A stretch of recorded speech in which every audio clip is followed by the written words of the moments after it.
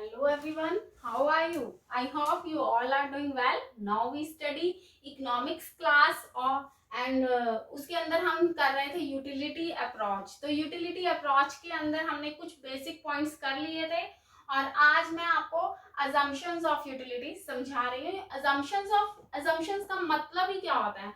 Assumption का मतलब होता है कि हम कुछ बातों को मानकर चलते हैं कि कुछ बेसिक पॉइंट्स हैं, वो हम जब ये एज्यूम करेंगे कि हम कहेंगे हाँ ऐसा होगा, तब ही वो पॉइंट, वो कॉन्सेप्ट जो है उस पर अप्लाई हो सकता है, अदरवाइज वो नहीं होगा। तो ये एक्सपर्ट्स की ही दी हुई अजम्पशंस हैं। उसमें फर्स्ट अजम्पशन है रैशनल कंज्यूमर। रैशनल कंज्यूमर कौन होते हैं? जो अपने लिमिटेड रिसोर्सेज से मैक्सिमम सेटिस्फेक्शन को गेन करने के लिए इंटरेस्टेड होते हैं, that is known as rational consumer. अब what is cardinal utility? Cardinal utility वो यूटिलिटी जिसको हम न्यूमेरिकल फॉर्म में मेजर कर सकते हैं। For example 1 cup of tea से आपको 5 यूटिल्स की सेटिस्फेक्शन होती है, तो 5 यूटिल्स वो चीज को हम क्या बोलेंगे? इट इज कार्डिनल यूटिलिटी, क्योंकि आपने इसको न्यूमेरिक फॉर्म में एक्सप्रेस कर दिया है। नेक्स्ट वन है डिविजिबिलिटी, कि आप हर प्रोडक्ट को डिवाइड कर सकते हो। अब मैंने आपको बोल दिया 1 कप ऑफ टी, ठीक है। नेक्स्ट वन बोलते हैं कि 2 कप ऑफ टी से, तो आप इसमें डिवाइड कर रहे हो ना। ऐसी चीज जिसको आप डिवाइड ही नहीं कर सकते, फिर उसमें आप यूटिलिटी को मेजर नहीं कर सकते हो। तो ये इसकी अजम्पशन है कि हमें हर चीज को, हर यूनिट को डिवाइड करके उसकी यूटिलिटी को मेजर करना। नेक्स्ट वन है डिमिनिशिंग मार्जिनल यूटिलिटी। ये मैं आपके साथ लास्ट क्लास में भी डिस्कस कर चुकी हूँ कि मार्जिनल यूटिलिटी जो है वो डिमिनिश होती रहती है। ये देखिए, मैंने इस तरह से आपको पॉइंट समझाया था कि टोटल यूटिलिटी जब इंक्रीज होगी तो मार्जिनल यूटिलिटी डिक्रीज होगी। समझ आ गया? टोटल यूटिलिटी हाई पॉइंट पे होगी तो मार्जिनल यूटिलिटी 0, और टोटल यूटिलिटी जब डिक्रीज होगी तो मार्जिनल यूटिलिटी नेगेटिव होना स्टार्ट हो जाती है। तो यस, ये इसके अंदर अजम्पशन में आ गया कि मार्जिनल यूटिलिटी हमेशा डिमिनिश होती रहती है। And total utility depends upon quantity of individual customers या इंडिविजुअल कमोडिटी। मैंने अभी आपको बताया कि 1 कप से आपको 5 की, 2 कप से 6 की, 3 कप से 7 की। तो यहाँ पे क्या हो रहा है? Individual commodity 1 cup, 2 cup, 3 cup, ठीक है, सेकेंड कप, थर्ड कप, तो इनकी क्वांटिटी क्या है? 5, 6, 7। इससे हम टोटल यूटिलिटी को मेजर कर सकते हैं। मैं इसी एग्जांपल से आपको बताऊं तो 5 + 6 + 7, यहाँ पे जो वैल्यू आ जाएगी वो हमारी टोटल यूटिलिटी हो जाएगी। क्लियर है आपको? नेक्स्ट वन है marginal utility of money is constant. Constant means fixed है, कि अगर किसी 1 रुपए की जो यूटिलिटी है, मार्जिनल यूटिलिटी है, वो कांस्टेंट है। अगर 1 रुपए की मार्जिनल यूटिलिटी मान लीजिए 5 है, तो 2 की क्या हो जाएगी? 10 हो जाएगी, चेंज नहीं होगा, ठीक है। तो अब अगर आप 100 रुपीज की कोई कमोडिटी लेके जाते हो तो उसकी वैल्यू जो है वो 100 रुपीज के इक्वल ही है। उसको हम बोल देते हैं कि marginal utility of money is constant. Clear है? आप कई बार आपके आ जाते हैं कि कॉन्सेप्ट ऑफ यूटिलिटी बताइए या अप्रोचेस ऑफ यूटिलिटी बता दीजिए। तो कॉन्सेप्ट ऑफ यूटिलिटी या अप्रोचेस ऑफ यूटिलिटी को हमने 2 टाइप से डिवाइड किया। फर्स्ट वन है cardinal and second one is ordinal utility. पहले भी हम डिस्कस कर चुके हैं कि कार्डिनल यूटिलिटी जो कि न्यूमेरिकली फॉर्म में एक्सप्रेस हो सकती है, 1, 2, 3, 4, ठीक है, काउंटिंग कर सकते हो, मेजर कर सकते हो, न्यूमेरिकल फॉर्म में मेजर करते हो, उसको हम बोल देते हैं cardinal utility. But ordinal utility को आप न्यूमेरिकल फॉर्म में नहीं मेजर कर सकते हो। इसको हम रैंक दे सकते हैं, कंपैरिजन कर सकते हैं, उसको हम बोल देते हैं ऑर्डिनल यूटिलिटी। जैसे मैं बोल देती हूँ कि मुझे मान लीजिए हाईली सेटिस्फेक्शन हुई है, या हम कभी शॉप पे जाते हैं और हम कोई अपनी ड्रेस लेने जाते हैं, तो हम कहते हैं भैया सेटिस्फेक्शन नहीं हुई है। अब उसको मैं ये नहीं कह सकती कि मेरे को 5 यूटिल्स की सेटिस्फेक्शन नहीं है, 10 यूटिल्स की सेटिस्फेक्शन है, ऐसा नहीं बोल सकते हम कहते हैं भैया बेस्ट नहीं है, कुछ और दिखाइए, कुछ एक्स्ट्रा दिखाइए, हाईली सेटिस्फाई नहीं है हम इस प्रोडक्ट से। तो वो चीज क्या हो गई है? ऑर्डिनल यूटिलिटी हो गई। आप कहते हो ये बेस्ट है इसके कंपैरिजन में, है तो दोनों ड्रेसेस ना, ठीक है, आप ये नहीं कह सकते कि इसको मैंने 10 यूटिल्स नेम दिया है, इसको 5 यूटिल्स दिया है, ऐसा नहीं है। आप कहते no it is the best, ठीक है। तो आपने उसमें कंपैरिजन किया लेकिन है दोनों ही ड्रेसेस, ओके।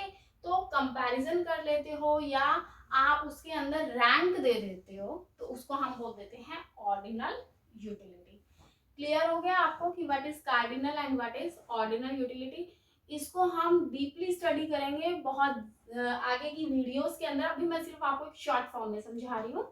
नेक्स्ट वन है लॉज ऑफ यूटिलिटी। लॉज हमारे पास टू टाइप के हैं, law of marginal equal, law of marginal equi marginal utility और law of diminishing marginal utility. तो अब हमने वन बाय वन इनके बारे में स्टडी करनी है। फर्स्टली हम स्टडी करेंगे law of diminishing marginal utility. तो फर्स्ट वन हमारा है law of diminishing marginal utility. Law of diminishing marginal utility के अंदर फर्स्ट वन पॉइंट है कि it is a fundamental and familiar tendency of human behaviour, कि human behaviour को major करने के लिए, या आप ये बोल सकते हैं कि ये ह्यूमन बिहेवियर को स्टडी करने का एक बेसिक, ठीक है, ये फ्रेंडली आपका लॉ है। इसके अंदर आप पूरे का पूरा कंज्यूमर बिहेवियर को स्टडी कर सकते हो। फैमिलियर है और फंडामेंटल है, या आप इसको बोल सकते हो कि बेसिक लॉ है। नेक्स्ट वन है कि कंज्यूमर जैसे जैसे मोर यूनिट्स कंज्यूम करता है किसी भी स्पेसिफिक कमोडिटी के, कंज्यूमर आपकी मोर यूनिट स्पेसिफिक कमोडिटी के कंज्यूमर कंज्यूम करता है, तो उसकी मार्जिनल यूटिलिटी जो है वो डिमिनिश होती रहती है हर सक्सेसिव यूनिट में। जैसे अगर आपने फर्स्ट चॉकलेट खाई तो आपकी मार्जिनल यूटिलिटी हाई थी, और जैसे आपने सेकंड चॉकलेट खाई as a comparison to first chocolate, आपकी मार्जिनल यूटिलिटी डिक्रीज हो रही है, ठीक है। जैसे ये आपने यहाँ पे वन तो हाई थी, फिर अदर चॉकलेट खाई तो आपकी डिमिनिश हो रही है। इस तरह से हर चॉकलेट के साथ फर्स्ट चॉकलेट खाई, फिर सेकंड खा रहे हो, थर्ड ईट कर रहे हो, फोर्थ में आपकी जीरो ही हो गई है। तो जैसे जैसे फर्स्ट चॉकलेट खा रहे हो मार्जिनल यूटिलिटी यहाँ थी, सेकंड आपने चॉकलेट खाई डिक्रीज हो गई, थर्ड खाई फिर डिक्रीज, सक्सेसिव यूनिट्स के साथ आपकी मार्जिनल यूटिलिटी जो है वो डिमिनिश होती है, या आप ये बोल सकते हो कि यूटिलिटी ही डिमिनिश होती है। नेक्स्ट वन है, इसको सबसे पहले एच गॉसन ने फर्स्टली इसको एक्सप्लेन किया था law of diminishing marginal utility को। उसके बाद कब किया था, 1854 में, और फिर अल्फ्रेड मार्शल ने इसको दोबारा से रीस्टेट किया था, ठीक है, रीस्टेट किया था इस लॉ को। गॉसन ने एच गॉसन ने फर्स्टली इसको एक्सप्लेन किया था, इसलिए हम इसको बोल सकते हैं गॉसन्स फर्स्ट लॉ। क्लियर है आपको ये पॉइंट। नेक्स्ट वन है कि ये जो लॉ है वो 3 फैक्ट्स पे बेस्ड है। अब 3 फैक्ट्स के अंदर फर्स्ट फैक्ट हमारा ये आता है कि टोटल वांट, किसी भी पर्सन की टोटल वांट को हम सेटिस्फाई नहीं कर सकते बिकॉज रिसोर्सेज लिमिटेड है। लेकिन अगर आपकी सिंगल वांट को सेटिस्फाई किया जा सकता है, ठीक है, टोटल वांट्स को हम सेटिस्फाई नहीं कर सकते हैं, ये बोल रहा है law of diminishing marginal utility. Next one point है कि different goods are not perfect. अब डिफरेंट डिफरेंट गुड्स हैं, वो सबकी सब परफेक्ट नहीं है, लेकिन वो क्या है, एक दूसरे का सब्स्टिट्यूट है।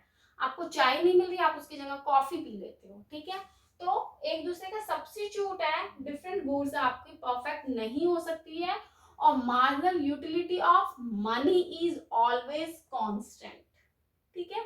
ये डिस्कस कर चुके हैं हम मार्जिनल यूटिलिटी की। अगर आप कोई प्रोडक्ट 100 रुपीज का ले रहे हो तो उसकी वैल्यू आपकी 100 रुपीज के इक्वल होगी, उसको हम बोल देते हैं marginal utility of money is constant.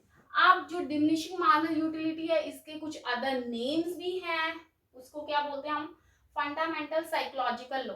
कई बार क्वेश्चन आ जाता है what is fundamental psychological law, बहुत कंफ्यूज हो जाते हैं कि ये तो हमने रीड ही नहीं किया, स्टडी नहीं किया बच्चे। डिमिनिशिंग मार्जिनल यूटिलिटी को ही हम बोलते हैं fundamental psychological law, and second one fundamental law of satisfaction, ये इसी के ही अदर नेम है, law of diminishing marginal utility. Clear है आपको। अब एक छोटा सा पॉइंट और है कि टोटल यूटिलिटी को मैक्सिमम करने के लिए कोई भी हाउस होल्ड अपनी पूरी की पूरी इनकम को एक ही यूनिट पे या एक ही प्रोडक्ट पे कंज्यूम नहीं करता है। वो सारी की सारी एक पर्टिकुलर कमोडिटी पे अपनी पूरी की पूरी इनकम को स्पेंड नहीं करता है, बल्कि क्या करता है, डिवाइड कर देता है, ठीक है, डिफरेंट डिफरेंट कमोडिटीज पे। ओके, आपकी मान लीजिए 100 रुपीज इनकम है, आपने टेबल थिंग्स पे कहीं आप चॉकलेट लोगे, ब्रेड लोगे या बटर ले लोगे, तो ईटिंग फूड्स पे आप डिफरेंट डिफरेंट कमोडिटीज पे अपनी लिमिटेड इनकम को स्पेंड कर देते हो, ताकि आपकी टोटल यूटिलिटी को मैक्सिमम सेटिस्फाई किया जा सके। आई होप ये वाला पॉइंट आपको समझ आ गए होंगे। लॉ ऑफ डिमिनिशिंग यूटिलिटी के अंदर वही सेम जैसे मैंने लास्ट आपको एग्जांपल दिया था, सेम वैसे ही ड्रॉ करना है law of diminishing marginal utility को। जैसे कि मैं आपको इसके अंदर एक एग्जांपल दे देती हूँ, first unit, second unit, third, fourth, fifth and six. यहाँ पे है 20, फिर आ गया 32, फिर आ गया है 40, फिर आ गया 44, 44 और 46। ये है टोटल यूटिलिटी। अब मार्जिनल यूटिलिटी कैसे लेके चलेंगे, 20, 32 माइनस 20 कितना हो जाएगा, 12, 40 माइनस 32, 8, 44 माइनस 44, 44 माइनस 44, 0, 46 माइनस 44 कितना हो जाएगा, यहाँ पे सॉरी यहाँ पे आ जाएगा 44 आ गया था ना, यहाँ पे आप ले लो 42, 42 माइनस 44 माइनस का 2। टोटल यूटिलिटी एक हाई पॉइंट के बाद डिमिनिश होने लग जाती है ना, इसलिए। अब मैं आपको यहाँ पे हम law of diminishing marginal utility की स्टडी करें, तो टोटल यूटिलिटी तो मेरे को समझाने की जरूरत ही नहीं है, हम ऑलरेडी डिस्कस कर चुके हैं, सिर्फ मैं आपको मार्जिनल यूटिलिटी समझा रही हूँ। ये देखो हर सक्सेसिव यूनिट के साथ 1 यूनिट किया तो 20 थी सक्सेसिव, मतलब एक और यूनिट इंक्रीज किया तो कितनी 12। तो ये देखो ये मार्जिनल यूटिलिटी जब आप ड्रॉ करोगे तो इधर थी 20, फिर 12, फिर 8, फिर 4, फिर 0 और फिर माइनस का 2। तो ये हो गया है मार्जिनल यूटिलिटी। स्टूडेंट्स इसको हम बोल देते हैं initial utility. This is initial utility. ये देखिए ये डिक्रीज हो रही है तो इसको हम बोल देते हैं डिमिनिशिंग यूटिलिटी। और जहां पे मार्जिनल यूटिलिटी आपकी 0 हो रही है इसको हम बोल देते हैं पॉइंट ऑफ सैचुरेशन। ठीक है, कई बार क्वेश्चन आ जाता है कि what is point of saturation, तो आपका ये होता है पॉइंट ऑफ सैचुरेशन। क्लियर हो गया है कि जहां पे मार्जिनल यूटिलिटी आपकी 0 है उसको हम बोल देते हैं पॉइंट ऑफ सैचुरेशन। क्लियर है, तो ये था law of diminishing marginal utility. अब मैं आपको नेक्स्ट में समझाऊंगी law of equi marginal utility. आज के लिए बस इतना ही, अब हम मिलते हैं अपने नेक्स्ट वीडियो के अंदर। And please like, subscribe and share my channel, it is the humble request. So thank you so much, have a nice day, God bless you.